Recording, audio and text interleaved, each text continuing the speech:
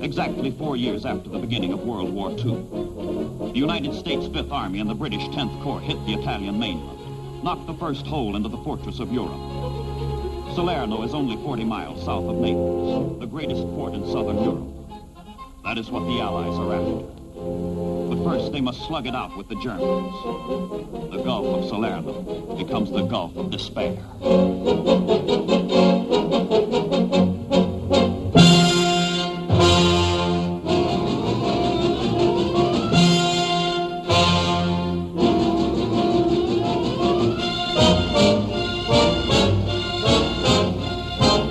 Allied sailors give close, continuous support to the soldiers. The invasion becomes a duel of cannon. Guns afloat against guns ashore.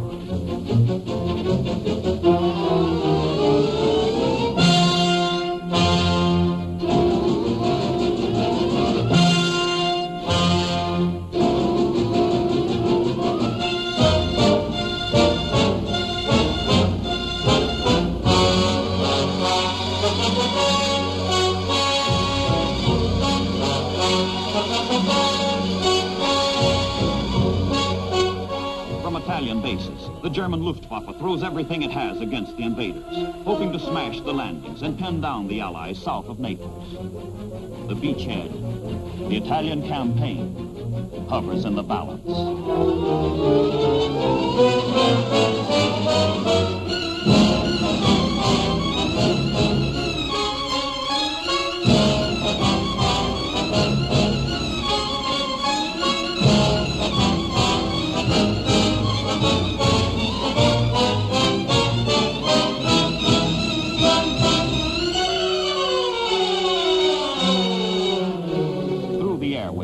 German propaganda blankets the world with the news that the invaders are being thrown into the sea. But the flow of Allied men and supplies continues in the face of a new, fearsome weapon used by the Germans for the first time, the remote-controlled glider bomb.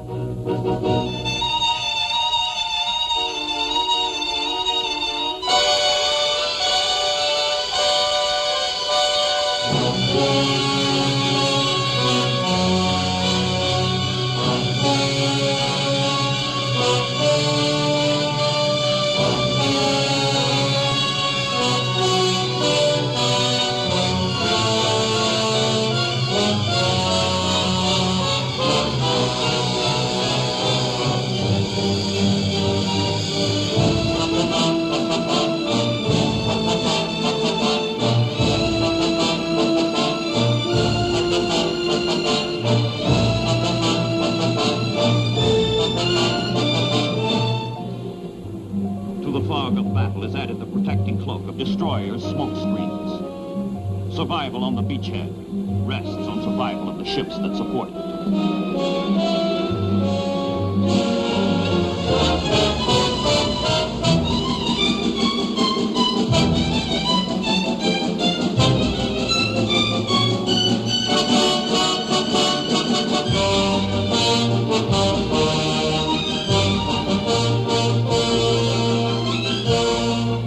Sicily and at Salerno, the landing ships' tanks, the LSTs, are formally christened in action, in fire. They are destined to become an integral part of all future amphibious operations.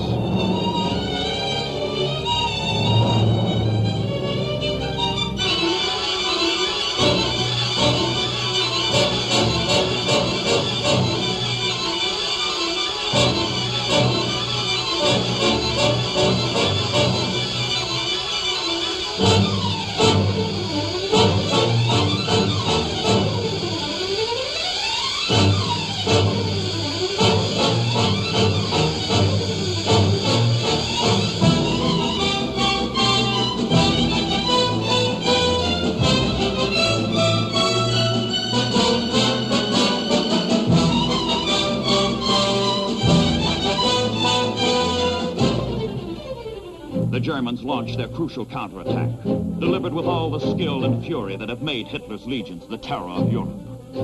The Allies are almost split in two, almost driven off the beaches. Almost.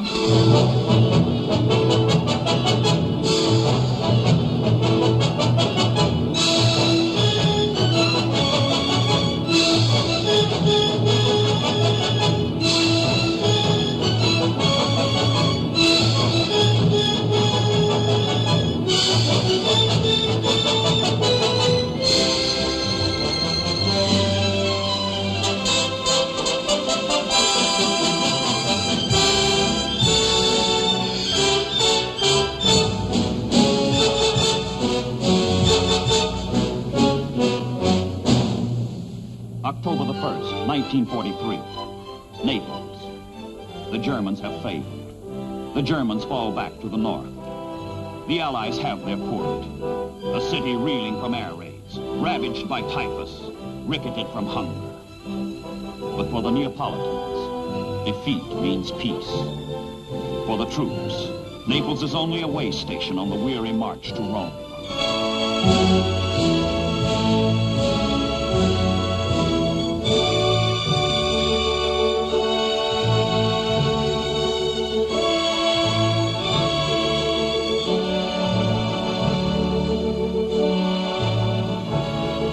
Vedi Napoli e poi muori. See Naples and die. It is an old saying, but war has given it a new and bitter meaning. Thousands have died for the harbor of Naples, and the Germans have systematically, ruthlessly, thoroughly ruined it, sinking every ship, blocking every channel. But such as it is, the Allies have it.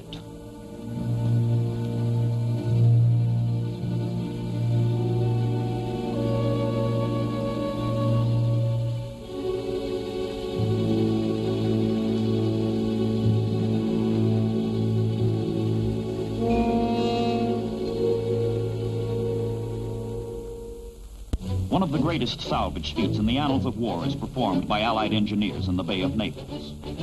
Within a fortnight, the harbor is operating. Within a month, 50 hulks are raised and the port is clear. Clear to receive the avalanche of supplies needed to sustain and broaden the Italian campaign. Naples is the reward for the ordeal of Salerno.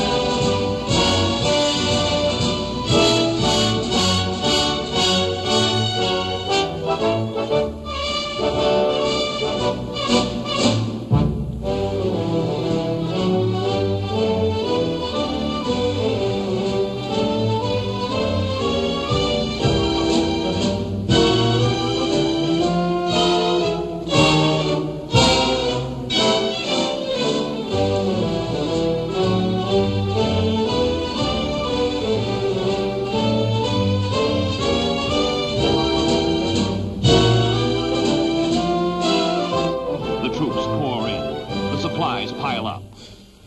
But inland, at Cassino, the Germans stand entrenched, immovable, and the campaign becomes a bloody, futile stalemate.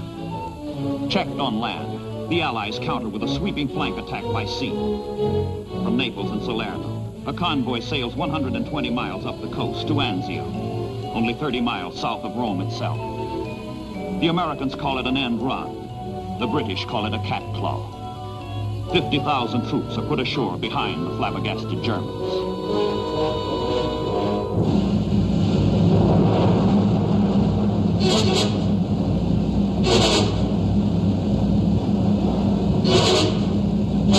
January 22nd, 1944. The initial landings are unopposed, but Allied success is checked by Allied error. Instead of swift exploitation and immediate breakout, the invaders dig in, giving the Germans time to rally their defenses, time to isolate, imprison the beachhead in a perimeter of steel. The hell of Salerno pales before Anzio's inferno.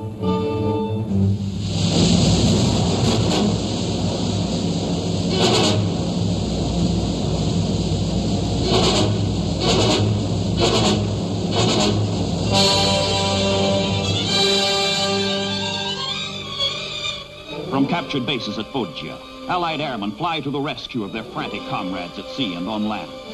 Sailors and soldiers whose blood holds Anzio. And from the Balkans, the Germans bring in more planes to slaughter the British.